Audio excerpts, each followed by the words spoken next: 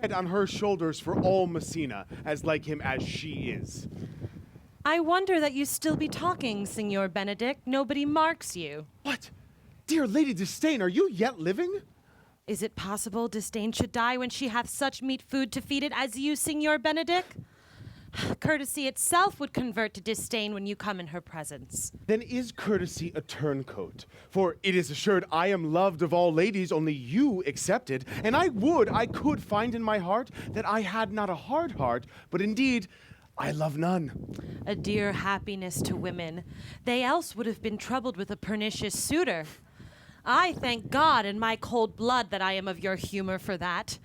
I'd rather hear my dog bark at a crow than a man swear he loves me. Well, God keep your ladyship still in that mind. You are a rare parrot teacher. Well, a bird of my tongue is better than a beast of yours. I wish my horse had the speed of your tongue and be half so good a continuer. But go on your way. A God's name I have done. You always end with the jade's trick. I know you of old. That a woman conceived me, I thank her. That she likewise brought me up, I likewise give her most humble thanks. But that I should have a reed sheet branded in my forehead, or hang my bugle upon an invisible baldric, all women shall pardon me. For I will not do them the disservice to mistrust none, therefore I will do myself the right to trust none. And the fine is, for the which I may go the finer, I will live a bachelor.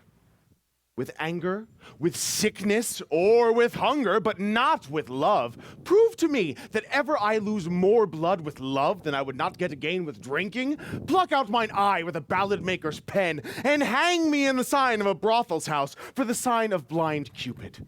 Hang me in a bottle like a bird and shoot at me, and he that hits me, let him be clapped on the shoulder and called Adam.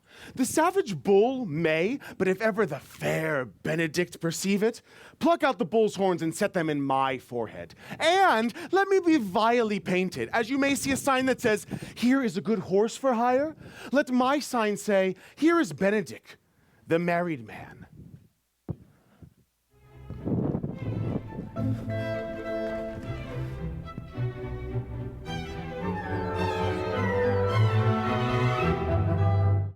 Will you not tell me who told you so? No, you shall pardon me. Nor will you tell me who you are? Not now. That I was disdainful and had my good wit out of the 100 merry tales. Well, this was Signor Benedict that told you so. And what's he? Why, he's the prince's jester, a very dull fool, whose only gift is in concocting impossible slanders. Well, when I know the gentleman, I shall tell him what you say. Do. He'll, break but a comparison or two on me, which, peradventure, not marked or not laughed at, strikes him into melancholy, and then there's a partridge wing saved for the fool will eat no supper that night.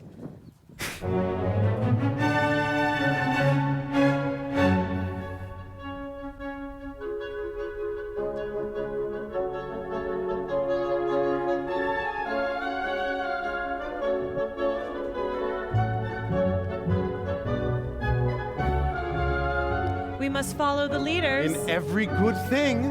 Nay, if they lead to any ill, I will lead them at the next turning.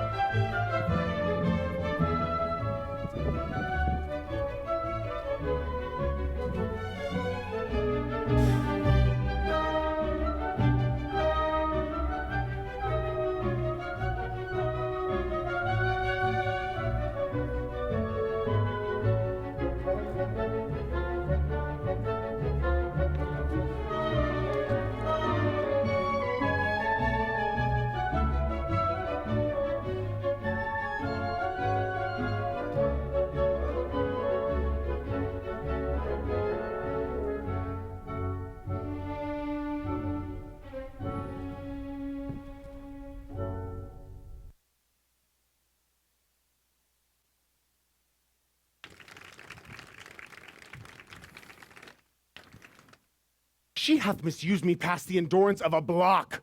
An oak with one single green leaf on it would have answered her. My visor began to assume life and scold with her. She told me, not knowing that I was myself, that I was the prince's jester, that I was lower than a great thaw, huddling jest upon me with such great countenance that I felt like a man standing at a mark with an entire army shooting at me. She speaks poignards, and every word stabs. I would not marry her were she endowed with all that Adam had been before he transgressed. She would have turned Hercules into spit, yea, and cleft his club too to make the fire. Come, let's not talk of her. She would find the infernal 8 in good apparel. I wish that some scholar would conjure her. Because there is no living peacefully in a sanctuary as there is in hell, and men sin upon purpose that they will go thither. Indeed, all anger, disquiet, misconduct follows her.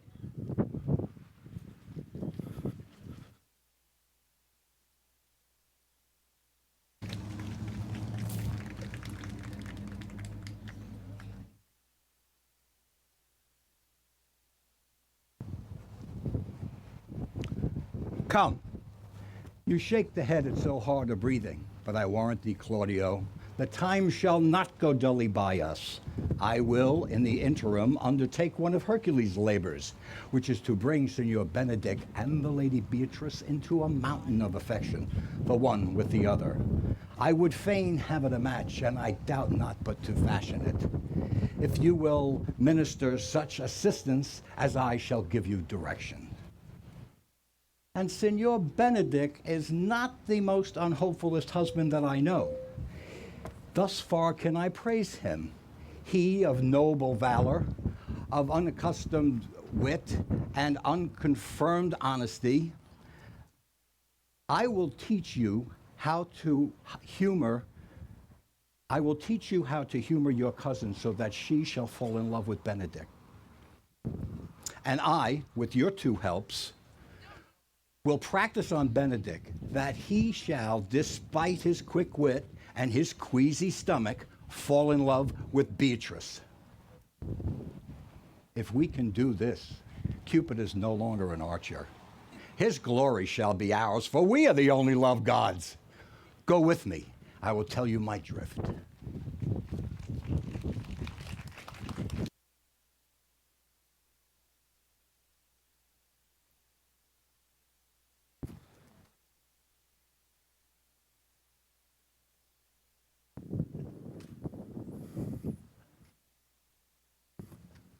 Against my will, I am sent to bid you come in to dinner. Lady Beatrice, I thank you for your pains. I took no more pains for those thanks than you took pains to thank me. If it had been painful, I would not have come. You take pleasure then in the message. As much pleasure as you take to a knife's point when you choke a doll withal. You have no stomach, Signor Benedict. Fare you well. Against my will, I am bid to send you come in to dinner. There's a double meaning in that. I took no more pains to give you thanks than you took pains to thank me. That's as much to say. I take no pains to give you thanks. I give it freely. If I do not pity her, I am a villain. If I do not love her, I'm a dog. I will go get her picture.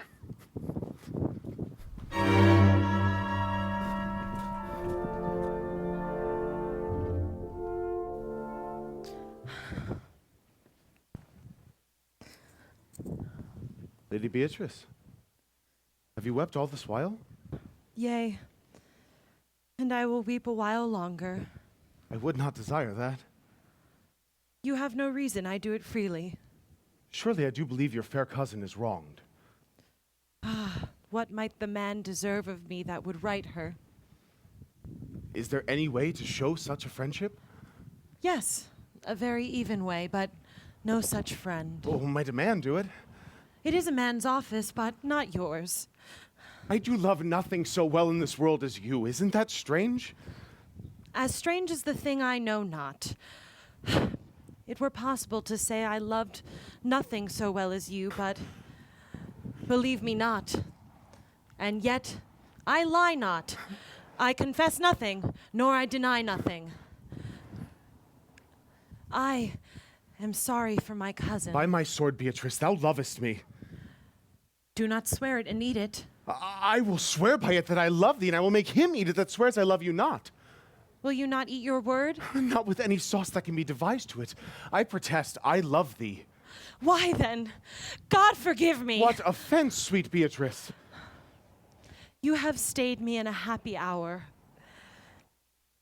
I was about to protest I loved you. Well, then do it with all thy heart.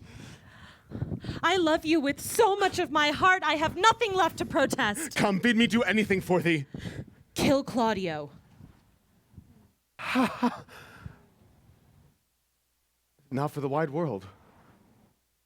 You kill me by denying it. Farewell. Tarry, sweet Beatrice. I am here, but I am gone. There is no love in you. Nay, I pray you let me go. Beatrice, we can be friends first. You dare easier be friends with me than fight with mine enemy? Is Claudio thine enemy? Is he not approved in the height a villain, that hath slandered, scorned, dishonored my kinswoman? Oh, that I were a man. What, bear her hand until it's time to take her hand, and then, with public accusation, uncover slander? Unmitigated rancor? Oh, God, that I were a man. I would eat his heart in the marketplace. Hear me, Beatrice. My cousin, she is wronged. Sweet hero, she is undone. Beatrice, it... Oh, that I were a man, or that I had a friend that would be a man for my sake, but manhood is melted into curtsy, valor into compliment. Men are nothing but a twisted tongue, a trim one at that.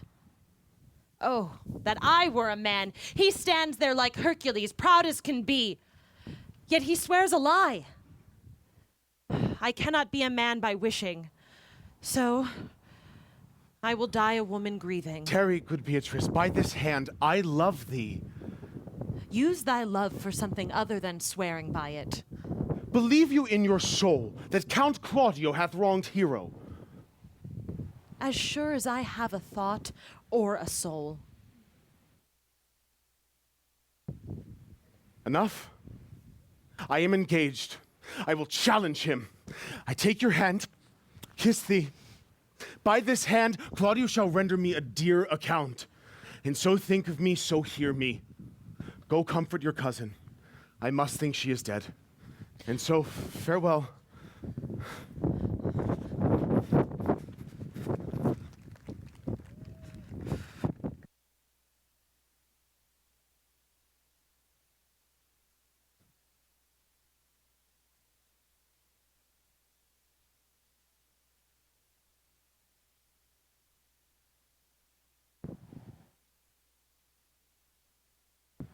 Sweet Beatrice! Sweet Beatrice! Sweet Beatrice, comest thou when I call thee? Yea, Signor, and depart when you bid me. Stay till then. Then is spoken. So, fare you well, and ere I go, I go with which I came, to know what hath passed between you and Claudio.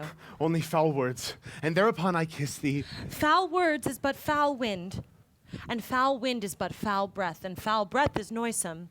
Therefore I will depart unkissed. You and I are too wise to woo peacefully. I will live in thy heart.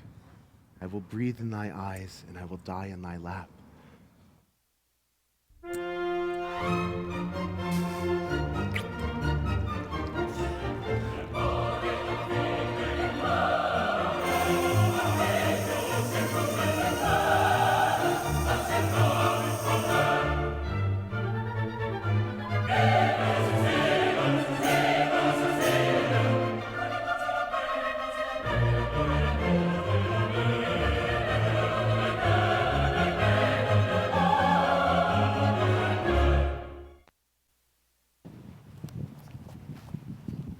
Much ado about nothing. Beatrice and Benedict meet again, and she implores him to kill Claudio for what he has done to Hero, questioning his manhood at the same time.